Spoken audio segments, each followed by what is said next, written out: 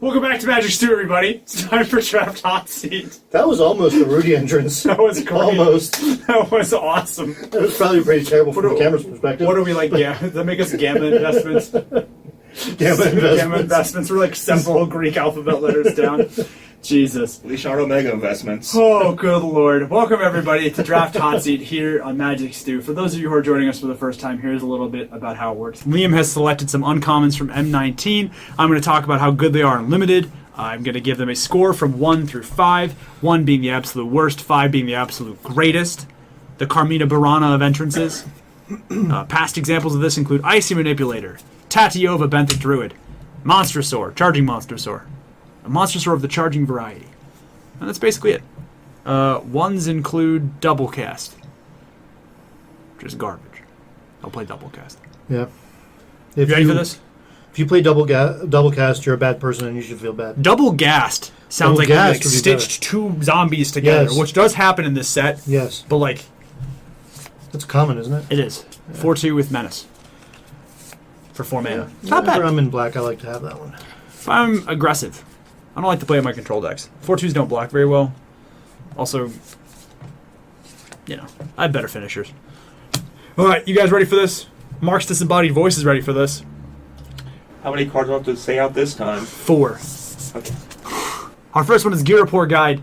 It's 3 mana, 2 colorless, and a green for a 3/2 Elf Scout. For 3 mana, target creature you control can't be blocked by creatures with power 2 or less this turn. I don't actually hate this card. 3 mana for a 3/2 is pretty much okay. Passes the vanilla test. It's no Centaur Courser, but, I mean, hey, certainly okay. And then granting a creature pseudo-invasion is actually kind of nice. This prevents your vanilla 6/6s from being chump blocked, which is certainly not an irrelevant option. Dude, I missed the 0.5s. This isn't a 2. This doesn't deserve a 2, but it doesn't deserve a 3 either. It's okay. We'll give him a 2. Girapor Guide, it's a little bit below average. I mean, you're not always going to want it, but it is a relevant creature, relevant body, passes the vanilla test. It's average. It's an average card. See, 3 is a little above average, 2 is a little below average. This is on the high end of 2. Okay? It's an average card. It deserves that. It's average. But you'll play it. You'll be happy with it. Pseudo-evasion sometimes matters. I've won a game off the back of Girapor Guide, actually. I had like 12 mana and just... Your little guys can't block. And that happens sometimes. Most of the time, you're just going to attack and trade and block with it like it's just a regular 3 mana 3/2, and you're going to be okay with your life. That's pretty much it. Pretty simple. Any burning inquiries or statements on Girapor Guide? Pretty self-explanatory. Yeah. Ooh, this one's great though. Vampire Sovereign is our next one. 5 mana, 3 colorless, 2 black for a flying vampire. When Vampire Sovereign enters the battlefield, target opponent loses 3 life, and you gain 3 life. It's a 3/4. This is a 4. This card is a 4. Very, very powerful. First things first, paying 5 mana for a 3/4 flyer at any point in Magic in Limited is well worth it. You will play that pretty much all the time. But the fact that this... And somebody pointed this out the other day. This is basically a flying Siege Rhino. This is the Siege Rhino abilities. It's not a 4 mana 4/5 with trample, but a 3/4 that with flying, it's still evasive and it still lightning helixes your opponent. It's a 4. It's amazing on its own. It's great in the life gain synergy decks. This is a 4. You will probably, if you're in black, you will play every copy of Vampire Sovereign you can get your little hands on, and you should, because it's really good. It's a 4. Evasive, hits your opponent, gets you some life, buys you some time, attacks effectively, blocks effectively, and it's reasonably costed. Yeah, it's everything you look for. It's like the Swiss Army knife of uncommons, man. Yeah. It's a 4. Easy. I like it. I love Vampire Sovereign. I had a deck with 2 or 3 of those, and it was just like, hey, this is good. I'm like, oh, I'm at 4. Vampire Sovereign, I'm at 7. Vampire Sovereign, I'm at 10. Cool. Now we're back in the game. Very good card. I like it a lot. Our next card is Suspicious Bookcase, which is one of the best names, just as a sidebar. So it's 2 colorless mana for an artifact creature. It's an 0/4 wall with Defender. And for 3 mana, target creature can't be blocked this turn. So this is actually relatively reasonable. And, it starts at a baseline of 2. For a couple reasons. It doesn't attack very well, but much like Girapor Guide, it does give you a sort of reasonable way to punch through damage. It would have been nicer if it didn't have to tap, in addition to having to pay 3 mana to make something unblockable. It's a pretty steep cost already without the tap, but it's still reasonable, I think, on just a Defender that you've got lying around.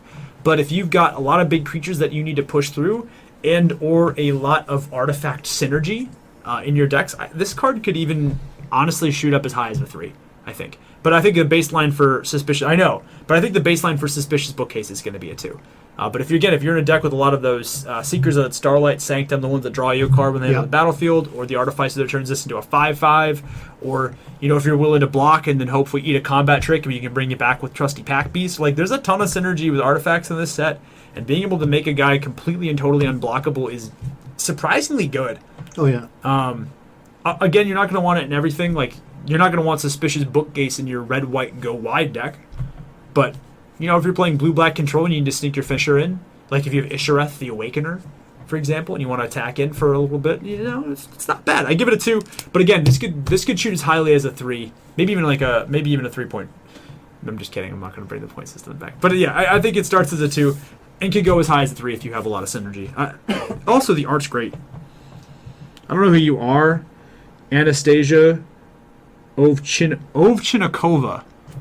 I know, I'm sure I just butchered your name, but that's a very well-drawn bookcase, man. I salute you. Our next card, Skilled Animator. Yes. Speak of the devil, and the devil speaks. 3 mana, 2 colorless, and a blue for a human artificer. He's a 1/3, but you don't really care about that part. You care about the rules text. When Skilled Animator enters the battlefield, target artifact you control becomes an artifact creature with base power and toughness 5/5 for as long as Skilled Animator remains on the battlefield. This card's a 4! Very strong. One of the best build-arounds in the set, actually. Really is. I mean that sincerely. Being able to turn any jank artifact into a 5/5 creature is sweet. And there is a ton of 2 mana and 1 mana artifacts that you can just sort of sneak out. This does not allow them to attack, though, if they have Defender. It does not allow them to attack if they had Defender. So your Suspicious Bookcase becomes a huge blocker. Mm-hmm. But your Marauder's Act can attack. Mm-hmm. Your Fountain that gains you life can attack. Yep. Your vial of poison that you're going to crack can attack. There's a lot of 1 and 2 mana stuff. So if you don't have a lot of artifacts, this is going to be a 2. Probably going to be unplayable if you don't have a ton of artifacts. But if you've got 4 or 5 artifacts, this card is amazing. If you've got 8 or 9 artifacts, it might even be a 5. It's really good. If you've got the artifacts to make it work, Skilled Animator is really good. One of the few build-arounds that I actually really like. The number of times where I've been able to play an artifact on 2 and this on 3 has surprised me. I didn't think that was going to happen a lot. Cool. But there's a lot of 1 and 2 mana artifacts at common in this set that are perfectly serviceable. And if you can wind up with 1 or 2 Skilled Animators, it doesn't take a lot to live that dream. It's a very reasonable dream to live. So I like it. And unlike in Soul Artifact, which I didn't like as much when it was printed in a previous core set, even if they kill your artifact, you're still left with a 1/3 that you can bounce to your hand, or you can bring back from the graveyard and have it enter the battlefield and then bless another artifact. True. So there's definitely multiple ways around this. I like it way better than Light and Soul Artifact. I think this is a 4. Absolutely. So we got 2 4s and 2 upper level 2s, we'll say. And our last one, Inferno Hellion, is our next one. So it's 4 mana, so 3 colorless and a red for a 7/3 Hellion creature with trample. And it says that at the beginning of each end step, if Inferno Hellion attacked or blocked this turn, its owner shuffles it into its library. I'm actually going to give this a 3. When the set first came out, I was a lot lower on this card, but I gotta be honest, it's not terrible.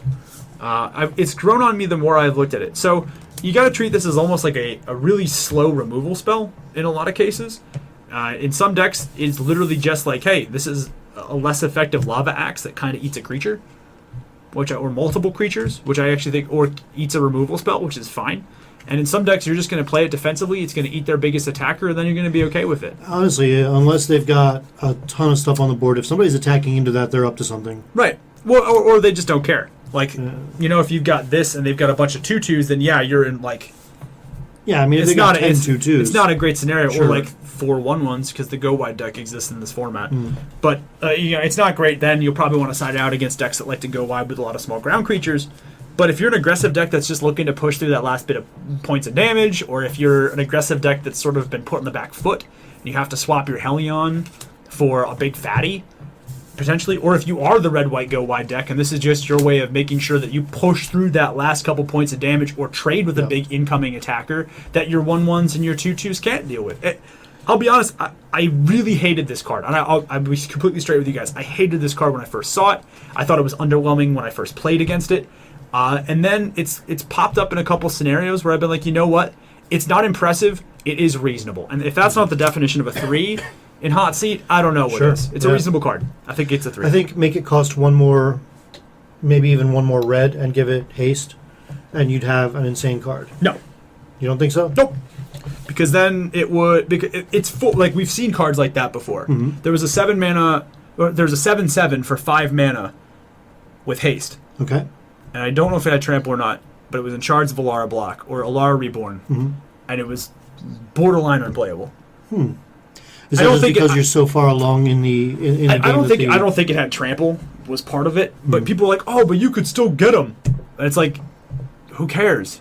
You've wasted 5 mana to do nothing. Whereas like, and it regardless, like it left the battlefield at the end of the turn anyway, so you couldn't like leave it back. So, but Hellion, you're gonna leave back sometimes. You can attack with it sometimes. I like True, it. This is one of those cards that, if it was 1 mana more, even if it had haste, I would probably question it. I guess I'm looking at it more along the lines, in that case, of if you had multiples of it, so you're shuffling it back in, yes, but there's a likelihood that you're going to get another one. Sure, but then you're playing multiples of a 5-drop that doesn't stay in the battlefield and dies to instant speed removal or reasonable blockers. But I like this though. I like the way that it is now. It's not great defensively, but you'll use it defensively. It's not amazing offensively, but you'll use it offensively. If it survives its first attack, again, if you're just trying to push through that damage and you can get this to reoccur a second time, sweet. It's a 3. It's a completely reasonable card. I'm not thrilled to see it in my decks, in my Red X decks, but I'll play it. I'll cut it sometimes. It's a 3. It's a reasonable card. Hopefully you guys enjoyed this. Don't forget to like, share, comment, subscribe. Mark's disembodied voice did not have to go in once, which is surprising. We won. We did it. It's the Carmina Burana. Yeah. So hopefully you guys enjoyed it. Cheers. Thanks for Until watching. next time.